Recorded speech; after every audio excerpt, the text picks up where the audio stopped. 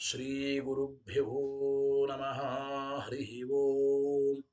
ಶ್ರಿಯಪ್ಪತ್ತೇ ನಿತ್ಯ ಗಣಿತ ಗುಣಮಾಣಿಕ್ಯ ವಿಶದ ಪ್ರಭಾಜಾಲೋಲ್ಲಾಸೋಪಹತ ಸಕಲಾವದ್ಯತಮಸೆ ಜಗಜ್ಜನ್ಮಸ್ಥೇಮ ಪ್ರಳಯ ರಚನಾಶೀಲವಪುಷೇ ನಮೋ ಶೇಷಾಂನಾಯ ಸ್ಮೃತಿಹೃದಯದೀಪ್ತಾಯ ಹರಯೇ येन प्रादुरभावे भूमिवलये व्यस्तारिगो सन्ततिः प्रबोधिश्रुतिपङ्कजं करुणया प्राकाशीतत्वं परं ध्वान्तं ध्वंसमनायि साधुनिकरश्चाकारि सनमार्गगः तेन व्यासदिवाकरेण सततं मात्याजि मे मानसम् व्याप्तिर्यस्य निजे निजेन मनसा पक्षे सपक्षे स्थितिः व्यावृत्तिश्च विपक्षतोत विषये सच्चिर्न वै बाधिते नैवास्ति प्रतिपक्षयुक्तिरतुलं शुद्धं प्रमाणं समे भूयात्तत्त्वविनिर्णयाय भगवानानन्दतीर्थो मुनिः भवति यदनुभावादेडमूकोऽपि वाग्मी जडमतिरपि जन्तुर्जायते प्राज्ञमौलिः सकलवचनचेतो देवता भारती सा मम वचसि निधत्तां सन्निधिं मानसे च रमानिवासोचितवासभूमि सन्न्याय रत्नावलि जन्मभूमि वैराग्यभाग्यो मम पद्मनाभतीर्थामृताब्धिर्भवताद्विभूतिः पदवाक्य प्रमाणज्ञान प्रतिवादिमदच्छिदः श्रीमदक्षोभ्यतीर्थाख्यान उपतिष्ठे गुरून् मम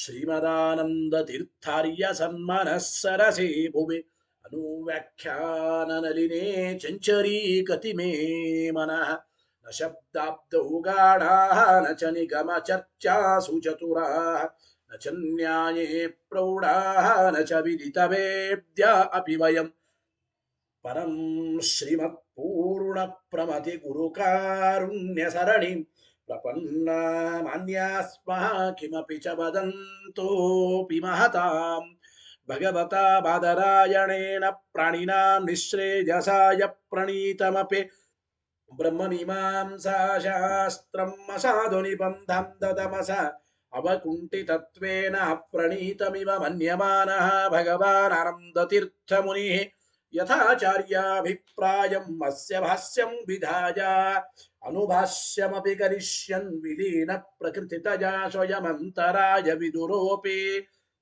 अनवरतमीश्वर प्रवणकाय करणरुत्तिरपि नारायण प्रणामादिकम् पारीप्सितस्यनन्तराय परिसमाप्तेः प्रचयस्य च हेतुतया अवगीतशिष्टाचार परम्परादिन अवगतम् अवश्यं करणीयं शिष्यान् ग्राहयितुं ग्रन्थादौ निबध्नाति नारायणमिति नारायणं निखिलपूर्णगुणैकदेहं निर्दोषमप्यतममप्यखिलैः सुमाच्यैः अस्योद्भवादिदमशेष विशेषतोऽपि वन्द्यं सदा प्रियतमं मम सन्नमामि तमेव शास्त्रप्रभवं प्रणम्य जगद्गुरूणां गुरुमञ्जसैव विशेषतो मे परमाख्य विद्य व्याख्यां करोम्यन्वपि चाहमेव ओम ओमथातो ब्रह्म जिज्ञासा ओम श्रुति क्षीराब्धिमामध्यधीमन्दरमहीभृता प्राप्ता न्यायसुधा येन तं जयीन्द्रमहं भजे बुधैरपि सुदुर्बोधे ग्रन्थे जन्मम साहसं तत्पारयन्तु निपुणाः गुरुपादरजक्कणाः लौकिकफलं लक्षणामृतदोहिनी गुर्वनुग्रह रूपां तां कामधेनुमुपास्महे मद्भोक्तिर्द्विनदी जयार्य शुभवाक् सूर्यात्मजः सङ्गमे व्याख्यास्नानमहो विधाय नृहरे प्राप्य प्रसादं परं प्रापुरुषे कृतकृत्यतां गतमला विद्यादिराजादयो योगीशा कृपयन्तु ते जयमुनेर्भावस्य बोधाय मे ಶುಕೇನ ಶಾಂತ್ಯಾದಿಷು ವಾಂಗ್ಮಯೇಷು ವ್ಯಾಸೇನ ಧೈರ್ಯಂ ಬುಧಿನೋಪಮೇಯಂ ಮನೋಜಜಿತ್ಯ ಮನಸಾಂ ನೇಪಥ್ಯ ರಘುತ್ತಮಾಖ್ಯಂ ಸ್ವಗುರುಂ ನಮಾಮಿ ನ ದಗ್ಧಂ ಯಸ್ಯ ಕೌಪೀನಂ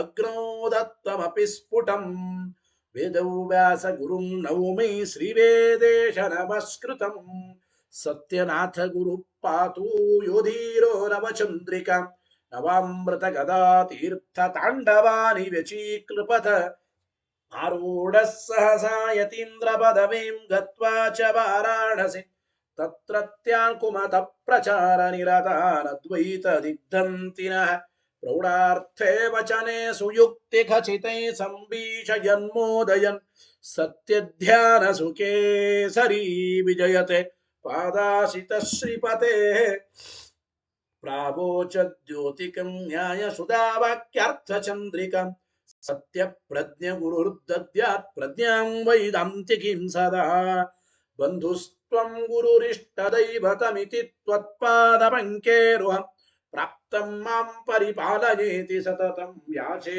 ನಿಬದ್ಧಾಂಜಲಿ ಚಿತ್ತಂ ಮದ್ಗುಣ ದೋಷ ಚಿಂತನ ವಿದೋ ನೂನಂ ಮನಃ ಮಾಕೃತಾಃ ಸತ್ಯಾಭಿಜ್ಞ ಗುರೋಸ್ತ್ವದಂಗ್ರಿಯುಗಲಂ ಹಿತ್ವಾ ನಮೇ ಸದ್ಗತಿಃ ಸತ್ಯಾಭಿಜ್ಞ ಕರಾಬ್ಜೋತ್ಥಾನ್ ಪಂಚಾಶದ್ ವರ್ಷ ಪೂಜಕಾನ್ ಸತ್ಯ ಪ್ರಮೋದ ತೀರ್ಥಾರ್ಯಾನ್ ನೌಮಿನ್ಯಾಯ ಸುಧಾರತಾನ್ ವೇದೇಶ ಮುನಿ ಸತ್ಪಾದ ಸೇವಾ ಸಂಪ್ರಾಪ್ತ ವೈಭವಾನ್ ಯಾದವಾರ್ಯಾನ್ ವರಸುಧಾ ಟೀಕಾಕಾರಾನ್ ವಯಂ ನುಮಃ ಪೃಥ್ವೀ ಮಂಡಲ ಮಧ್ಯಸ್ಥಾಃ ಪೂರ್ಣಬೋಧ ಮತಾನುಗಾಃ ವೈಷ್ಣವ ವಿಷ್ಣು ಹೃದಯ ತಾನ್ನಮಸ್ಸೆ ಗುರುನ್ ಮಮ ಆಪಾದ ಮೌಲಿ ಪರ್ಯಂತಂ ಗುರುಣಾಮಾಕೃತಿಂ ಸ್ಮರೆತ್ ತೇನ ವಿಘ್ನಾಃ ಪ್ರಣಶ್ಯಂತಿ ಸಿದ್ಧ್ಯಂತಿ ಚ ಮನೋರಥಾಃ ಶುಭಾನ್ ಧ್ಯಾಯಂತಿ ಯೇ ಕಾಮಾನ್ ಗುರುದೇವಃ ಪ್ರಸಾದಜಾನ್ ಇತರಾನ್ ಆತ್ಮಪಾಪೋತ್ಥಾನ್ ತೇಷಾಂ ವಿದ್ಯಾ ಫಲಿಷ್ಯತಿ ಯೈರಹಂ ಶುಕವತ್ ಸಮ್ಯಕ್ ಶಿಕ್ಷಿತೋಸ್ಮಿ ಕೃಪಾಲುಭಿಃ ಶ್ರೀಮತ್ಸತ್ಯಾತ್ಮತೀರ್ಥಾರ್ಯಾನ್ ವಂದೇ ವಿದ್ಯಾ ಗುರುನ್ ಮಮ ಸತ್ಪ್ರಮೋದ ಕೃಪಾಪಾತ್ರಂ ಜಗತ್ಪೂಜ್ಯ ಮಹಾಗುರುಂ ಸದಾ ಸಚ್ಛಾಸ್ತ್ರ ನಿರತಂ ಶ್ರೀ ಸತ್ಯಾತ್ಮ ಮುನಿಂ ಭಜೆ ಸ್ವಸ್ತ್ಯಸ್ತು ಸತಾಮಖಿಲ ಸನ್ಮಂಗಲಾನಿ ಭವಂತು ಶ್ರೀ ಗುರುಭ್ಯೋ ನಮಃ ಹರಿ ಓಂ. ಪ್ರಾಭಾಕರರು ಅಂತ ಇದ್ದಾರೆ, ನೀವು ವಿಷಯದ ಲಕ್ಷಣವನ್ನ ಸರಿಯಾಗಿ ನಿರೂಪಣೆ ಮಾಡಲಿಕ್ಕೆ ಬರೋದಿಲ್ಲ. ಯಸ್ಸನ್ನಿಕೃಷ್ಟ ಕರಣೇನ ಯಜ್ಞಾನಂ ಜನ್ಯತೆ ಸತಸ್ಯ ವಿಷಯ. ಇವೆಲ್ಲದಕ್ಕೂ ಅವರ ಅವ್ಯಾಪ್ತಿ ಅತಿವ್ಯಾಪ್ತಿ ದೋಷಗಳನ್ನು ಕೊಟ್ಟು ನಿರಾಕರಣೆ ಮಾಡಿದ್ದಾರೆ. ಕೊನೆಗಂತಾರೆ, ಇವತ್ತಿನ ಮಾತು ನೋಡಿ, ತಸ್ಮಾತ್ ತಸ್ಮಾತ್ ಯಜ್ಞಾನಂ ಯತ್ ಪ್ರತಿಭಾಸಂ ತದೇವ ತಸ್ಯ ಆಲಂಬನಂ ಇತಿ ಮಂತವ್ಯಂ. ಹಿಂಗೆ ಹೇಳಬೇಕು ನೋಡಿ. ಯಾವ ಜ್ಞಾನ ಯಾವುದನ್ನ ತಿಳಿಸಿಕೊಡ್ತಾ ಇದೆ ಅಂದ್ರೆ, ಕನ್ನಡದಲ್ಲಿ ಯಜ್ಞಾನಂ ಯತ್ ಪ್ರತಿಭಾಸಂ ಅಂದ್ರೆ ಯಾವ ಜ್ಞಾನದಲ್ಲಿ ಯಾವುದು ಪ್ರತಿಭಾಸವಾಗುತ್ತಾ ಇದೆಯೋ, ಯಾವ ಜ್ಞಾನದಲ್ಲಿ ಯಾವುದು ತೋರ್ತಾ ಇದೆಯೋ ಆ ವಸ್ತುವೇ ಆ ಜ್ಞಾನಕ್ಕೆ ವಿಷಯ. ಯಜ್ಞಾನಂ ಯತ್ ಪ್ರತಿಭಾಸತೆ ತದೇವ ತಸ್ಯ ಆಲಂಬನಂ ಅಂದ್ರೆ ಯಜ್ಞಾನಂ ಯಾವ ಜ್ಞಾನವು, ಯತ್ ಪ್ರತಿಭಾಸಂ ಯಾವುದರ ಪ್ರತಿಭಾಸ ಉಳ್ಳದ್ದಾಗಿದೆ ಅಂದ್ರೆ ಯಾವ ಜ್ಞಾನದಲ್ಲಿ ಯಾವ ಪದಾರ್ಥ ತೋರುತ್ತದೋ ತದೇವ ಆ ಪದಾರ್ಥವೇ ತಸ್ಯ ಆಲಂಬನ, ಆ ಜ್ಞಾನಕ್ಕೆ ವಿಷಯ ಅಂತ ಅನ್ನಬೇಕು. ಹೀಗೆ ಹೇಳಬೇಕು. ಇಲ್ಲಿ ಒಂದು ವಿಕಲ್ಪ ಮಾಡುತ್ತೇವೆ ಅಂತ ಪ್ರಶ್ನೆ ಮಾಡ್ತಾ ಇದ್ದೀವಿ. ಏನು ನೋಡಿ, ಯಾವ ಜ್ಞಾನದಲ್ಲಿ ಯಾವುದು ತೋರುತ್ತದೋ ಅದೇ ವಿಷಯ ಅಂತಂದ್ರೆ, ಈಗ ರಜತ ಜ್ಞಾನದಲ್ಲಿ ಶುಕ್ತಿ ತೋರುತ್ತದೋ ಇಲ್ಲೋ ಪ್ರಶ್ನೆ. ತತ್ರ ಈ ರೀತಿ ವಿಷಯದ ಲಕ್ಷಣ ಹೇಳಿದಾಗ ರಜತ ಜ್ಞಾನೇ ಶುಕ್ತಿ ಅವಭಾಸತೆ ನವಾ. ರಜತ ಜ್ಞಾನದಲ್ಲಿ ಶುಕ್ತಿ ತೋರುತ್ತದೋ ಇಲ್ಲೋ ಹೇಳಿ. ತತ್ರ ರಜತ ಜ್ಞಾನೇ ಶುಕ್ತಿ ಅವಭಾಸತೆ ನವಾ ಇತಿ ವಕ್ತವ್ಯ. ಈ ರೀತಿ ಹೇಳಬೇಕು. ಇಲ್ರಿ, ರಜತ ಜ್ಞಾನದಲ್ಲಿ ಶುಕ್ತಿ ತೋರುತ್ತದೆ, ಅವಶ್ಯವಾಗಿ ರಜತ ಜ್ಞಾನದಲ್ಲಿ ಶುಕ್ತಿ ತೋರುತ್ತದೆ ಅಂತಂದ್ರೆ ನೋಡಿ, ಅವಭಾಸತೆ ಇತಿ ಬ್ರುವಾಣ ಶ್ಲಾಘನೀಯ ಪ್ರಜ್ಞೋ ದೇವಾನಾಂ ಪ್ರಿಯ. ಟೀಕಾಕೃತ್ಪಾದರಂತ ಇದ್ದ ರಜತ ಜ್ಞಾನ ಅಂತಿ ಶುಕ್ತಿ ತೋರುತ್ತದೆ ಅಂತಿ. ಮಹಾರಾಯ ಮಹಾಬುದ್ಧಿವಂತ ನೀನು, ಮೇಧಾವಿ ಮೂರ್ಧನ್ಯ ನೀನು ಅಂಬೋದನ್ನ ಅಪಹಾಸ ಮಾಡ್ತಾ ಇದ್ದ. ರಜತ ಜ್ಞಾನದಲ್ಲಿ ಶುಕ್ತಿ ತೋರುತ್ತದೆ ಅಂತಂದುಬಿಟ್ರೆ ಎಂತಹ ಹುಚ್ಚುತನ ಇದು! ಎಷ್ಟು ಅನುಭವ ವಿರುದ್ಧ. ರಜತ ಜ್ಞಾನ ಅಂತಿ ಶುಕ್ತಿ ತೋರುತ್ತದೆ ಅಂತಿ.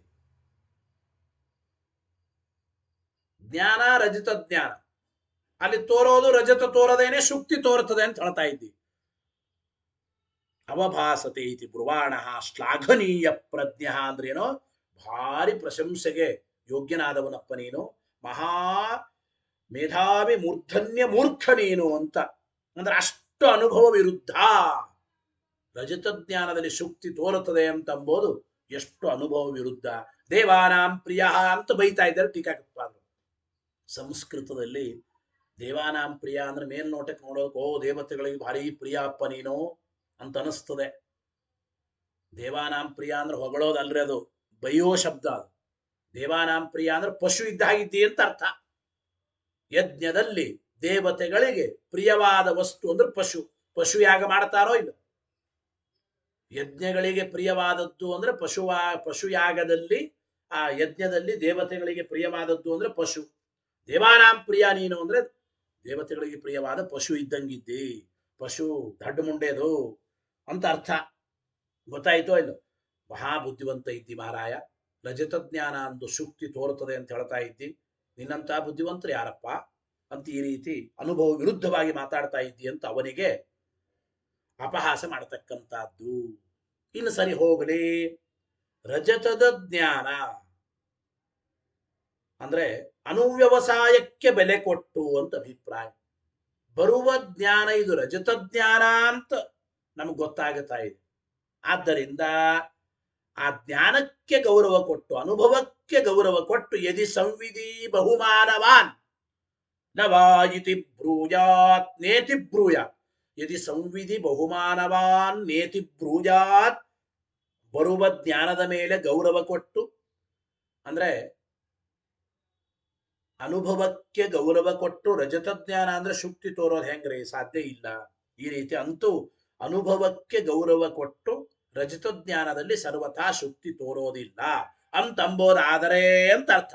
ಯದಿ ಸಂವಿಧಿ ಬಹುಮಾನವಾನ್ ನೇತಿ ಇತಿ ಬ್ರೂಯಾತ್ ತದಾ ಕಥಂ ತತ್ ಶುಕ್ತಿ ಕಾಲಂಬನಂ ಸ್ಯಾತ್. ಬರೋದು ರಜತ ಜ್ಞಾನ.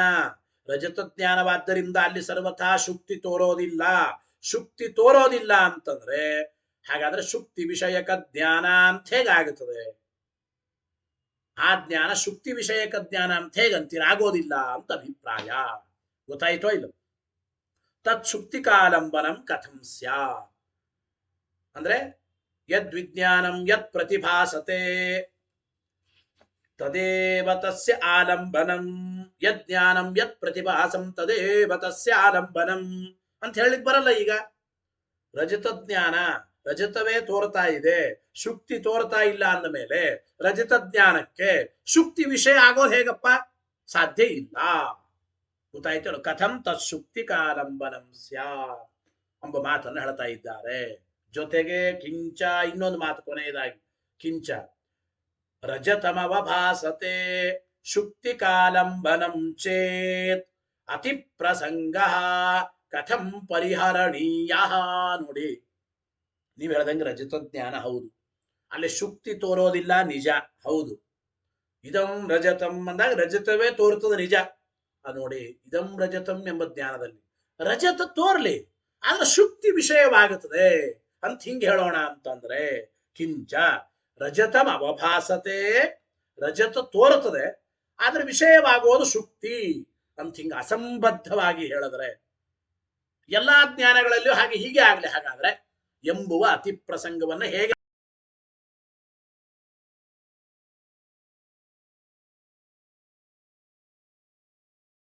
ಮಾಡ್ತಾ ಇದ್ದೀರಿ?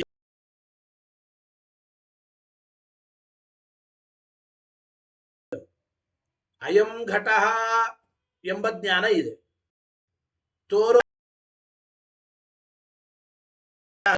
ಜ್ಞಾನದಲ್ಲಿ ಪಟ, ವಿಷಯವಾಗುವುದು ಪಟ ಅಂತ ಆಗಬೇಕಾಗುತ್ತದೆ. ಹಂಗೆ ಹೇಳಲಿಕ್ಕೆ ಆಗುತ್ತದ ಎಂಬ ಮಾತನ್ನ ಹೇಳ್ತಾ ಇದ್ದಾರೆ. ಗೊತ್ತಾಯ್ತೋ ಇದು? ಅಯಂ ಘಟ ಎಂಬ ಜ್ಞಾನ, ಜ್ಞಾನದಲ್ಲಿ ಘಟವೇ ತೋರುತ್ತದೆ. ಆದ್ರೆ ವಿಷಯವಾಗೋದು ಯಾವುದಪ್ಪ ಅಂತಂದ್ರೆ ವಿಷಯವಾಗೋದು ಪಟ ಅಂತ ಆಗಬೇಕಾಗುತ್ತದೆ ಎಂಬುವ ಈ ಅತಿ ಪ್ರಸಂಗ ಬರುತ್ತದೆ. ಆದ್ದರಿಂದ ಸರ್ವತಾ ಹೀಗೆ ಹೇಳತಕ್ಕಂತಹದ್ದಲ್ಲ ಎಂಬ ಮಾತನ್ನ ತಿಳಿಸಿಕೊಡ್ತಾ ಇದ್ದಾರೆ. ಗೊತ್ತಾಯ್ತೋ ಇಲ್ಲ? ರಜತಂ ಅವಭಾಸತೆ ಶುಕ್ತಿ ಕಾಲಂಬನಂ ಚೇತ್, ರಜತ ತೋರುತ್ತದೆ ಆದರೆ ಶುಕ್ತಿ ವಿಷಯಕವಾದ ಜ್ಞಾನ, ಇದಂ ರಜತಂ ಎಂಬ ಜ್ಞಾನ ಎಂಬುದಾದ್ರೆ ಅತಿ ಪ್ರಸಂಗವನ್ನು ಹೇಗೆ ಪರಿಹಾರ ಮಾಡ್ತೀಯಪ್ಪ? ಅಯಂ ಘಟ ಎಂಬ ಜ್ಞಾನದಲ್ಲಿ ಘಟ ತೋರಿದ್ರು ಕೂಡ ವಿಷಯವಾಗುವುದು ಪಟ ಆಗ್ಲಿ ಅಂತ ಅಂತೀವಿ ನಾವು. ಅತಿ ಪ್ರಸಂಗ ಹೇಗೆ ಪರಿಹಾರ ಮಾಡ್ತೀ ಎಂಬ ಮಾತನ್ನು ಹೇಳಿದಂತಾಯಿತು.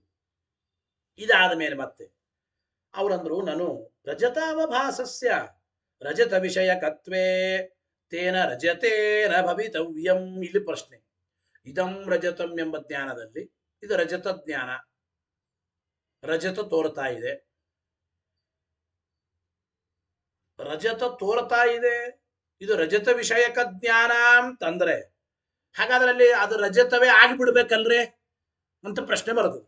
ಇದಂ ರಜತಂ ಎಂಬ ಜ್ಞಾನ ರಜತವನ್ನ ತಿಳಿಸಿಕೊಡುವ ಜ್ಞಾನ, ಅಂದ್ರೆ ರಜತ ವಿಷಯಕವಾದ ಜ್ಞಾನವೇ ಅಂತ ಒಪ್ಪಿಬಿಟ್ರೆ ಹಾಗಾದ್ರೆ ತೇನ ರಜತೇನ ಭವಿತವ್ಯಂ, ಅದು ರಜತವೇ ಆಗ್ಬೇಕಾಗಿತ್ತಲ್ರೇ ಅಂದ್ರೆ ಕಥಂ ನ ಭವಿತವ್ಯಂ, ಹೌದು ಆಗ್ಲಿ, ಯಾರಿಲ್ಲ ಅಂದಿದ್ದಾರೆ ಅಂತ ಹೇಳ್ತಾ ಇದ್ದಾರೆ.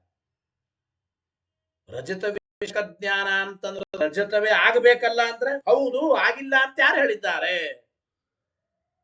ಹಾಗೆ ಆಗಿದೆ ಅಂತ ಒಂದು ದೃಷ್ಟಾಂತ ಕೊಟ್ಟು ಹೇಳ್ತಾ ಇದ್ದಾರೆ. ಏನು ನೋಡಿ, ಈಗ ಯಥಾರ್ಥವಾದ ರಜತ ಜ್ಞಾನದಲ್ಲಿ ಅಂಗಡಿ ಹೋಗುತ್ತೇವೆ, ಬೆಳ್ಳಿ ನೋಡ್ತೇವೆ, ಇದಂ ರಜತಂ ಅಂತ ಬೆಳ್ಳಿಯ ಬಗ್ಗೆ ಯಥಾರ್ಥ ಜ್ಞಾನವೇ ಬರುತ್ತದೆ. ಇದು ರಜತ ಅಂತ ನಾವು ಸ್ವೀಕಾರ ಮಾಡುತ್ತೇವೆ. ಅಂಗಡಿಯಲ್ಲಿ ಹೋದಾಗ ಸತ್ಯಭೂತವಾದ ರಜತವನ್ನು ನೋಡಿ ಇದಂ ರಜತಂ ಅಂತ ಜ್ಞಾನ ಬಂದಾಗಲು ಇದು ರಜತ ಅಂತ ಸ್ವೀಕಾರ ಮಾಡ್ತೇವೆ. ಅಲ್ಲಿಯೂ ಕೂಡ ಅಂಗಡಿಯ ರಜತದಲ್ಲಿ ಆ ಜ್ಞಾನದಿಂದ ಇದಂ ರಜತಂ ಅಂತ ಏನು ಸ್ವೀಕಾರ ಮಾಡ್ತೇವೆ, ಇದು ರಜತ ಹೌದು ಅಂತ ಸ್ವೀಕಾರ ಮಾಡೋದಕ್ಕೆ ಏನು ಕಾರಣ? ಅಲ್ಲಿ ರಜತ ವಿಷಯಕವಾದ ಜ್ಞಾನವೇ ಕಾರಣ. ಇದನ್ನು ಬಿಟ್ಟರೆ ಬೇರೆ ಕಾರಣ ಏನಾದ ಏನೋ? ಟೀಕರೆ ಕೇಳ್ತಾ ಇದ್ದ ನೋಡಿ.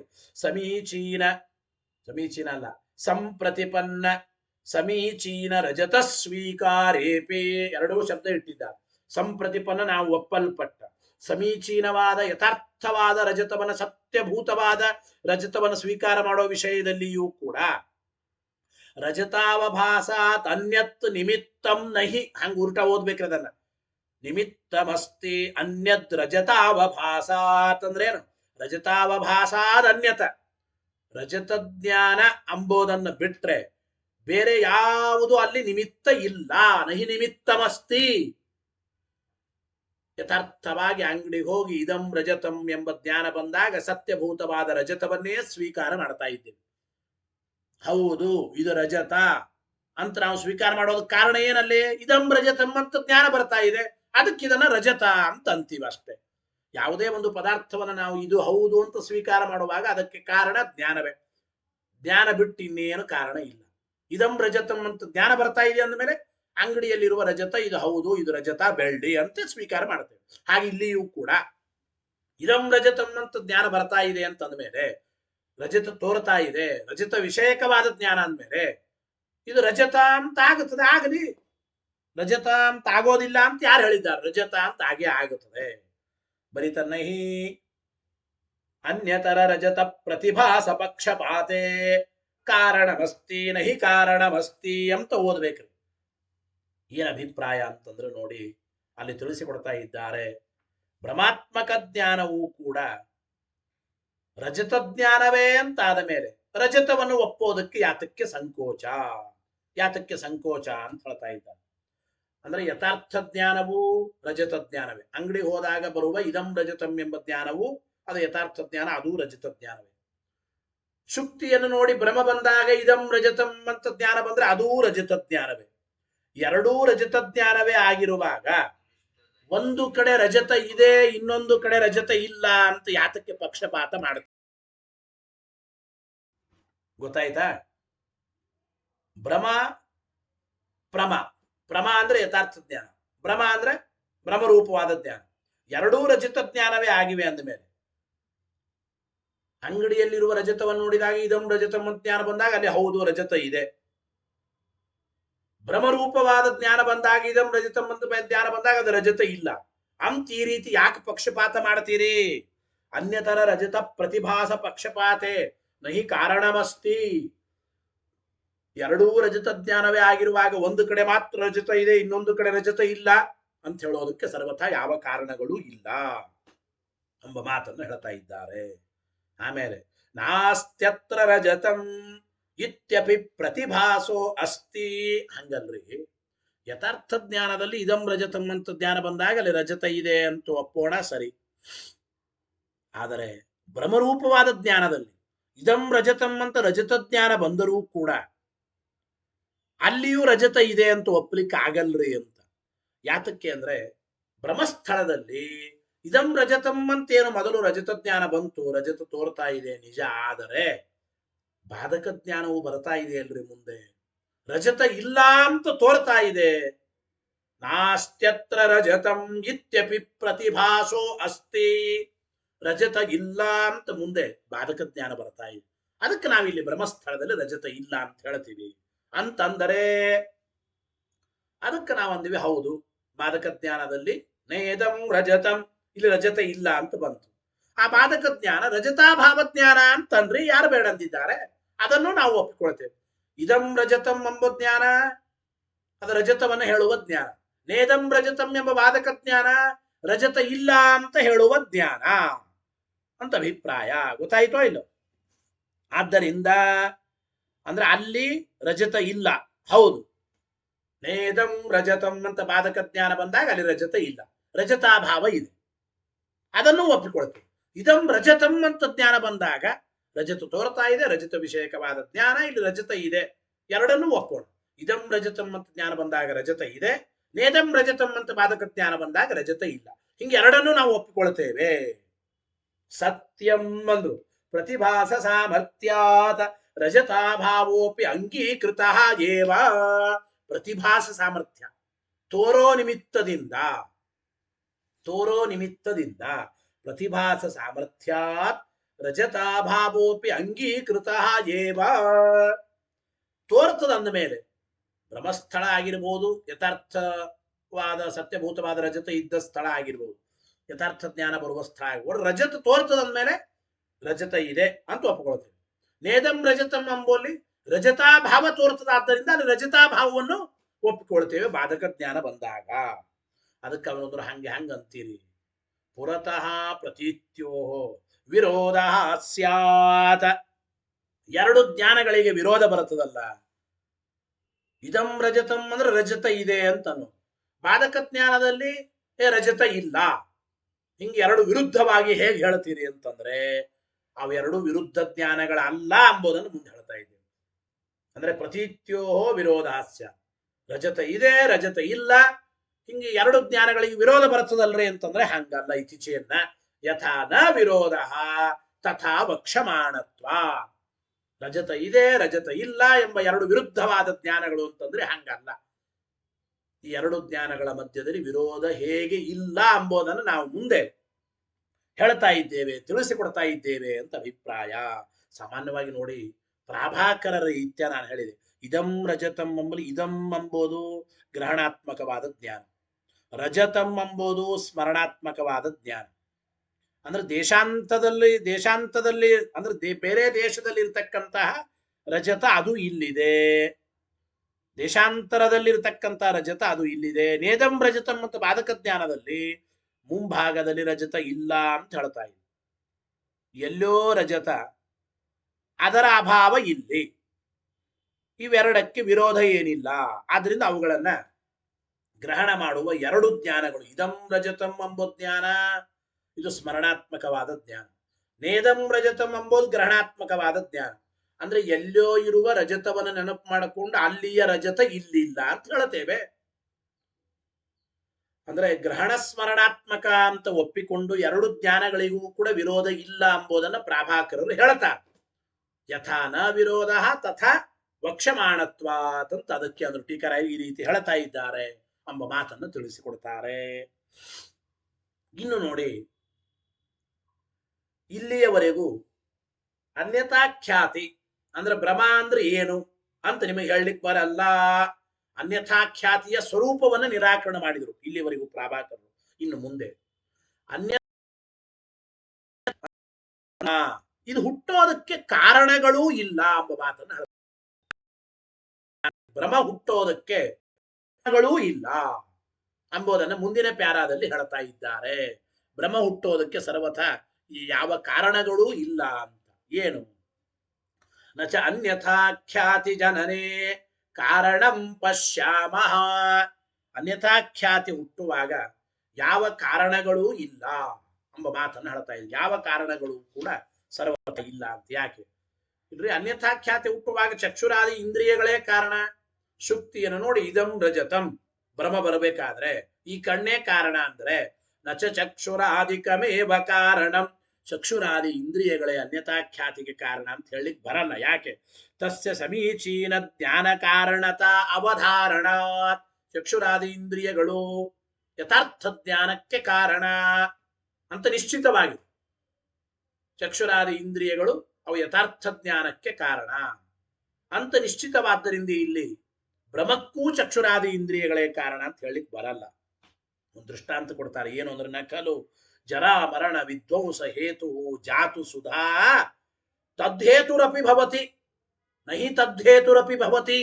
ಹಾಗನ್ವಯಲ್ಲಿ ಜರಾಮರಣದ ನಾಶಕ್ಕೆ ಕಾರಣವಾದ ಅಂದ್ರೆ ಮುಪ್ಪು ಸಾವುಗಳ ನಾಶಕ್ಕೆ ಕಾರಣವಾದ ಸುಧಾ ಅಮೃತ, ಇದು ಮುಪ್ಪು ಸಾವುಗಳಿಗೂ ಕಾರಣ ಅಂತ ಹೇಳಿಕ್ಕಾಗುತ್ತದ. ಅಮೃತವನ್ನು ಕುಡಿದ್ರೆ ಜರಾಮರಣ ರಹಿತರಾಗುತ್ತೇವೆ. ಅಮೃತ ಪಾನ ಮಾಡಿದ್ರೆ ಜರಾಮರಣಗಳೇ ಇಲ್ಲ, ಅಜರಾಮರರಾಗಿ ಬಿಡ್ತೇವೆ ಅಂತ ಹೇಳ್ತಾರೆ. ಅಂದ್ರೆ ಜರಾಮರಣದ ಅಭಾವಕ್ಕೆ, ಜರಾಮರಣಗಳ ನಾಶಕ್ಕೆ ಕಾರಣವಾದ ಸುಧಾ ಅಮೃತ ಇದು ಜರಾಮರಣಕ್ಕೂ ಕಾರಣ ಅಂತ ಹಿಂಗೆ ಹೇಳಿಕ್ ಬರ್ತದೆ ಎಂದಾದರೂ ವಿರುದ್ಧವಾಗಿ. ಹಾಗೆ ಯಥಾರ್ಥ ಜ್ಞಾನಕ್ಕೆ ಕಾರಣವಾದ ಈ ಚಕ್ಷುರಾದಿ ಇಂದ್ರಿಯಗಳು ಇವೇ ಅನ್ಯಥಾಖ್ಯಾತಿ ಭ್ರಮಕ್ಕೂ ಕಾರಣ ಅಂತ ಯಾರು ಹೇಳಲಿಕ್ಕೆ ಬರೋದಿಲ್ಲ.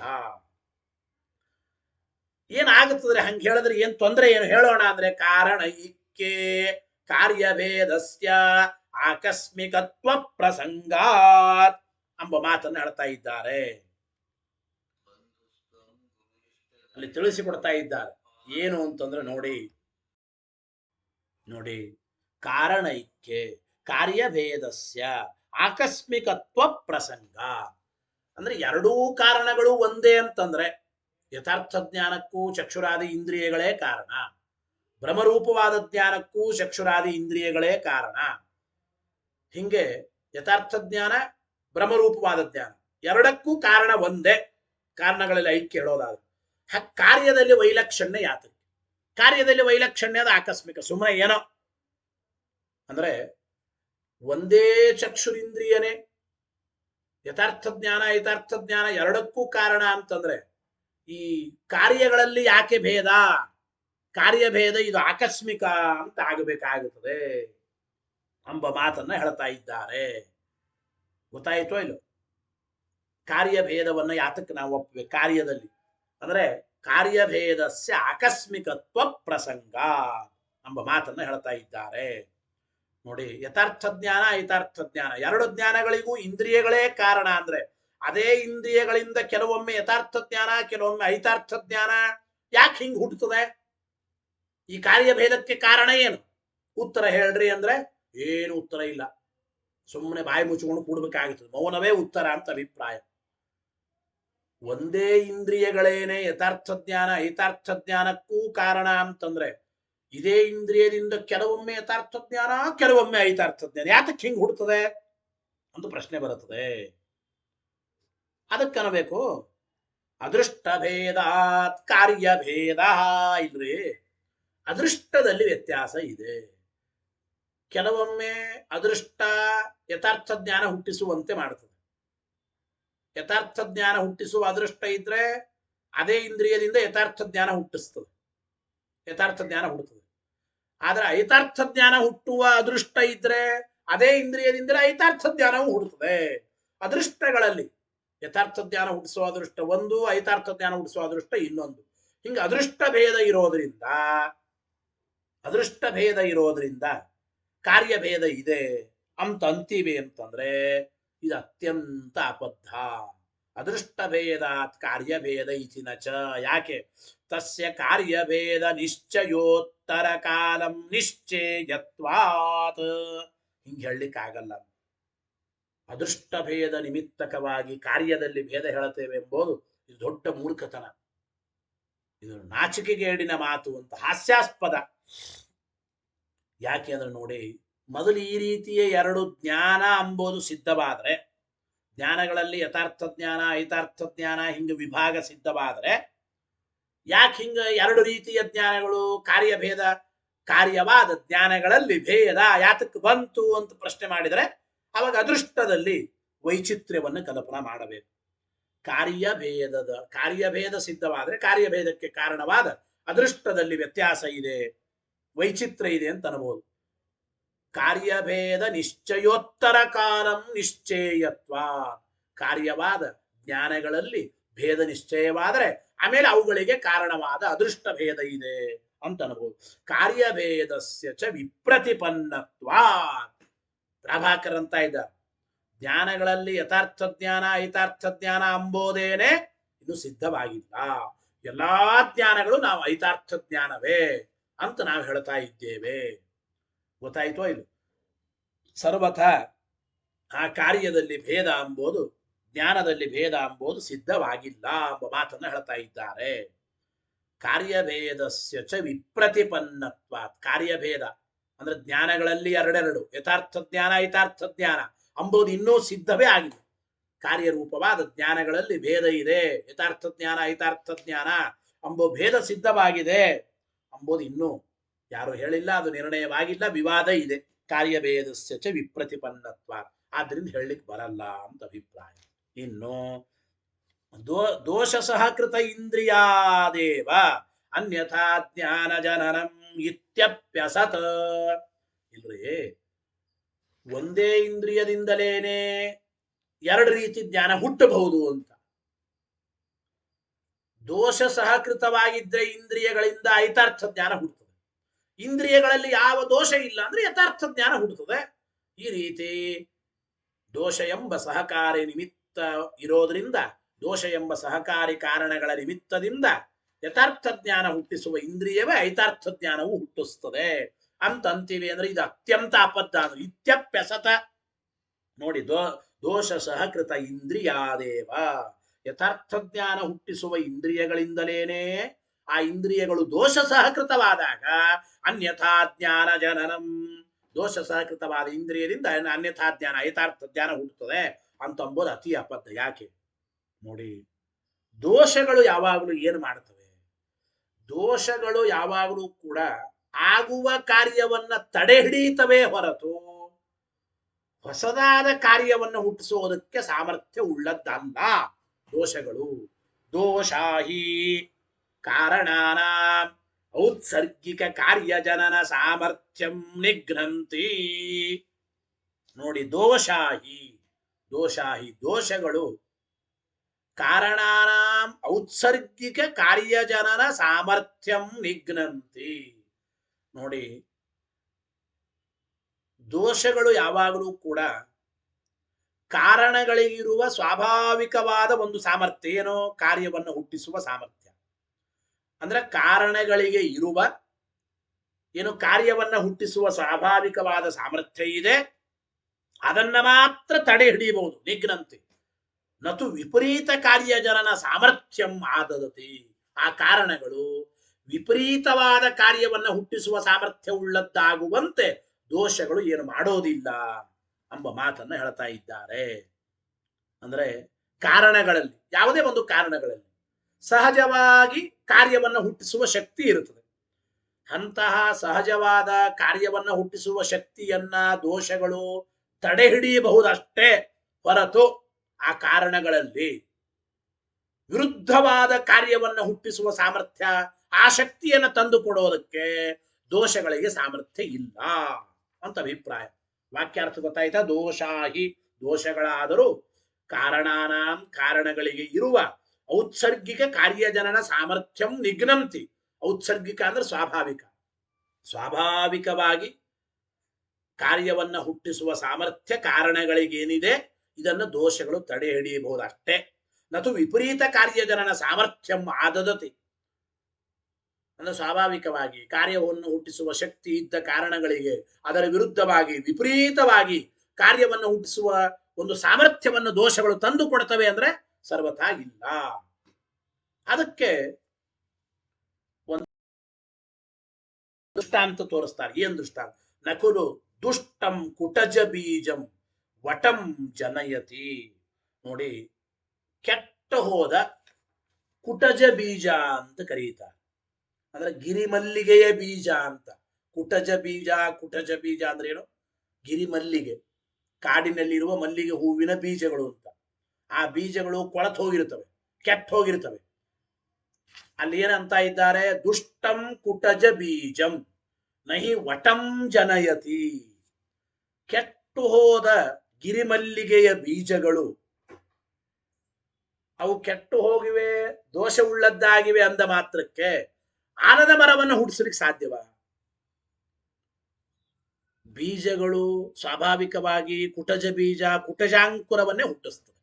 ಗಿರಿಮಲ್ಲಿಗೆಯ ಬೀಜಗಳು ಗಿರಿಮಲ್ಲಿಗೆಯ ಗಿಡವನ್ನು ಹುಟ್ಟಿಸ್ತವೆ. ಗಿರಿಮಲ್ಲಿಗೆ ಗಿಡದ ಅಂಕುರಕ್ಕೆ ಕಾರಣ.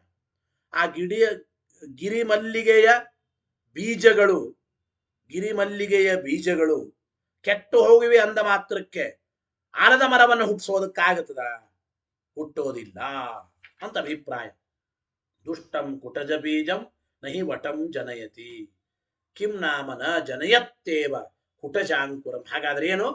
ಕುಟಜ ಬೀಜ ಕೆಟ್ಟು ಹೋಗಿವೆ ಅಂತಂದ್ರೆ ಆ ಕುಟಜಾಂಕುರವನ್ನು ಹುಟ್ಟಿಸೋದಿಲ್ಲ ಇಷ್ಟೇ ಹೊರತು ಆಲದ ಮರವನ್ನು ಹುಟ್ಟಿಸ್ತದೆ ಅಂತ ಅನ್ನಬೇಡಿ ಎಂಬ ಮಾತನ್ನು ಹೇಳ್ತಾರೆ. ಅಂತೂ ನೋಡಿ, ಯಾವುದೇ ಕಾರಣಕ್ಕೆ ಸ್ವಾಭಾವಿಕವಾಗಿ ಕಾರ್ಯವನ್ನು ಹುಟ್ಟಿಸುವ ಸಾಮರ್ಥ್ಯ ಇರುತ್ತದೆ. ಆದರೆ ವಿರುದ್ಧವಾದ ಕಾರ್ಯವನ್ನು ಹುಟ್ಟಿಸುವ ಸಾಮರ್ಥ್ಯ ಇರೋದಿಲ್ಲ ಅಂತ ಅಭಿಪ್ರಾಯ.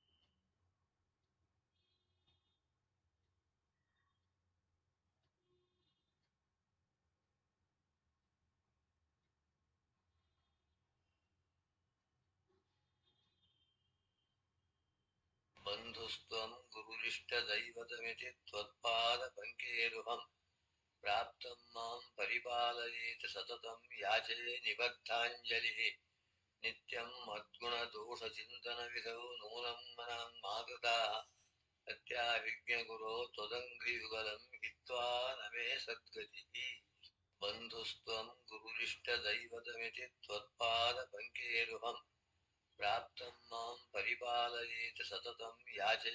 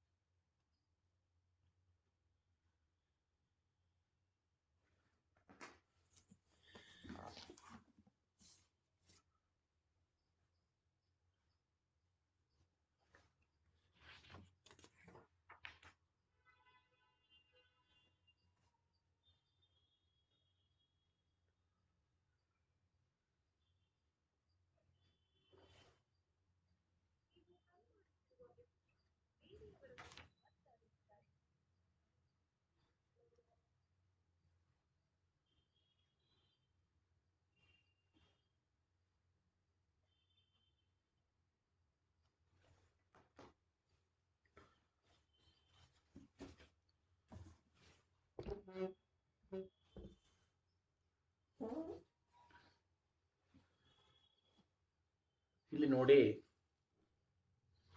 ಏನು ಅಂತಂದ್ರೆ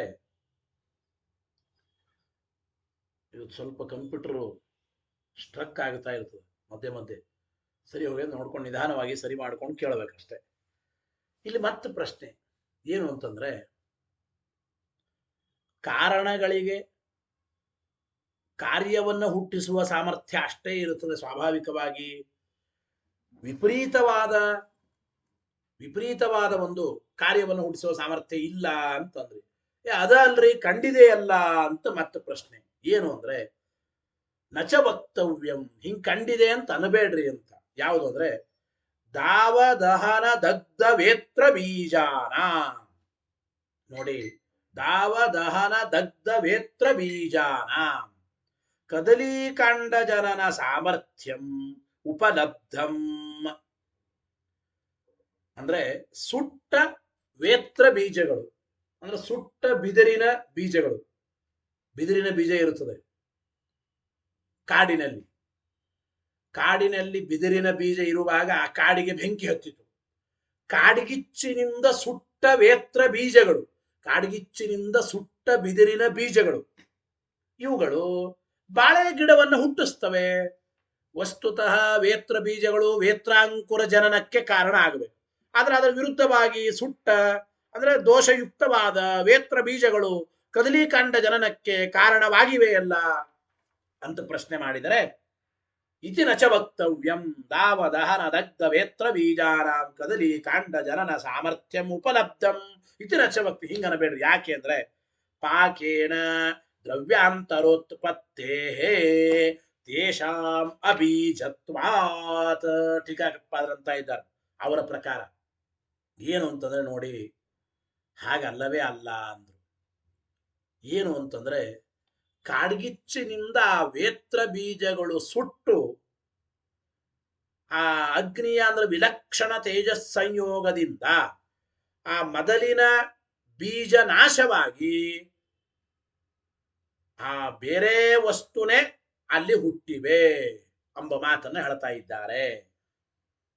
ಕಾಡ್ಗಿಚ್ಚಿಗೆ ಬೆಂದಾಗ ವಿಲಕ್ಷಣ ತೇಜಸ್ ಸಂಯೋಗದಿಂದ ಬೆಂಕಿಯಿಂದ ಆ ಮೊದಲಿನ ಬೀಜ ನಾಶವಾಗಿ ಅದು ಬೇರೆ ಪದಾರ್ಥನೇ, ಬೇರೆ ಬೀಜ ಆದಂತೆ ಲೆಕ್ಕ. ಆದ್ದರಿಂದ ಆ ಬೇರೆ ಬೀಜನಿಂದ ಬಾಳೆಗಿಡ ಹುಟ್ಟುತ್ತದೆ ಹೊರತು ಅಲ್ಲಿ ವೇತ್ರ ಬೀಜ ಎಂಬುದು ಇಲ್ಲವೇ ಇಲ್ಲ. ಆ ವಿಲಕ್ಷಣ ತೇಜಸ್ ಸಂಯೋಗದಿಂದ ಅಲ್ಲಿ ಬೇರೆ ದ್ರವ್ಯಾಂತರವೇ ಉತ್ಪನ್ನವಾಗಿದೆ. ತೇಷಾಂ ಅಬೀಜತ್ವಾತ್, ವೇತ್ರಾಂಕುರಕ್ಕೆ ಕಾರಣವಾದ ವೇತ್ರ ಬೀಜಗಳು ಅಂತ ಅವು ಅಲ್ಲವೇ ಅಲ್ಲ ಎಂಬ ಮಾತನ್ನು ತಿಳಿಸಿಕೊಡ್ತಾ ಇದ್ದಾರೆ. ಅಂತೂ ಅನ್ಯಥಾಖ್ಯಾತಿ ಭ್ರಮ ಹುಟ್ಟೋದಕ್ಕೆ ಯಾವ ಕಾರಣಗಳೂ ಇಲ್ಲ ಎಂಬ ಮಾತನ್ನ ಹೇಳಿದಂತಾಯಿತು. ಇನ್ನು ಮುಂದೆ ಅನ್ಯಥಾಖ್ಯಾತಿಯನ್ನು ಒಪ್ಪಿದರೆ ಬಾಧಕವೂ ಉಂಟು, ಅನ್ಯಥಾಖ್ಯಾತಿಯನ್ನು ಒಪ್ಪಿದರೆ ಬಾಧಕವೂ ಉಂಟು ಎಂಬ ಮಾತನ್ನ ತಿಳಿಸ್ಕೊಡ್ತಾ ಇದ್ದಾರೆ. ಅದನ್ನ ನಾಳಿನ ಪಾಠದಲ್ಲಿ ಮತ್ತೆ ತಿಳಿಯೋಣ. ಹರಯೇ ನಮಃ. ಶ್ರೀಕೃಷ್ಣಾರ್ಪಣಮಸ್ತು.